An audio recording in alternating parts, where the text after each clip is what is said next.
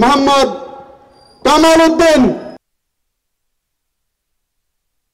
কম্বল শীতের কষ্ট করতেছিলাম, কম্বল পাওয়া ভালোই লাগলো।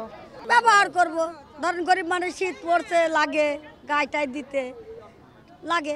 খেতা কাপড় হয়তো ল্যাপটপ বানাতে পারিনি, অল্প পয়সা কামাই করে চলতে পারিনি, এই জন্য দিল, তারা আমারে উপকার করলো।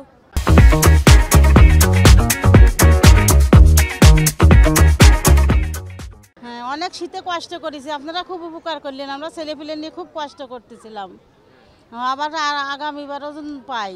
কম্বল নিয়ে গায়ে দেবো, এখনই গায়ে দিয়ে চলে যাবো, গায়ে দিতে দিতে আবার কি করবো। নাতি পুতি আছে, ঝুমকা নাতি ছেলে, আর একটা দিলে ভালো হতো। খুব কষ্ট করতেছিলাম, শুনবো না আমাদের কম্বল দিলে আমরা প্রতিবন্ধী লোক বেড়াটারা খাচ্ছি,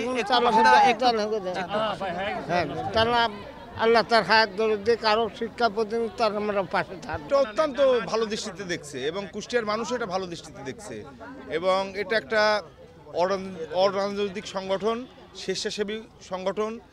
এই একটু পাশে দাঁড়ায় সংগঠনের মধ্য দিয়ে দেখেন বাংলাদেশে অনেক সংগঠন আছে যারা স্বেচ্ছাসেবকের কাজ করে, তেমনিভাবে আজকে প্রায় 11-12 বছর হলো এই একটু পাশে দাঁড়ায় সংগঠনটি তার জন্মলগ্ন থেকে অদ্যাবধি পর্যন্ত অত্যন্ত সুন্দর সুন্দর ভালো ভালো কাজ করে আসছে এবং আপনারা ইতিমধ্যে দেখছেন এদের একটু পাশে দাঁড়ায় সংগঠনটা অনেক কাজ করছে, অনেক অনেক, যে ওদের প্রোগ্রাম সারা বছরই থাকে। এই কুষ্টিয়া, দৌলতপুর, মিরপুর, ভেড়ামারা থেকে শুরু করে কুষ্টিয়া জেলার গ্রামগঞ্জ প্রত্যেকটা ইউনিয়ন যেখানে যেখানে সুযোগ পায় সেখানে তারা ছুটে যায় এবং তারা মানুষের জন্য কাজ করছে।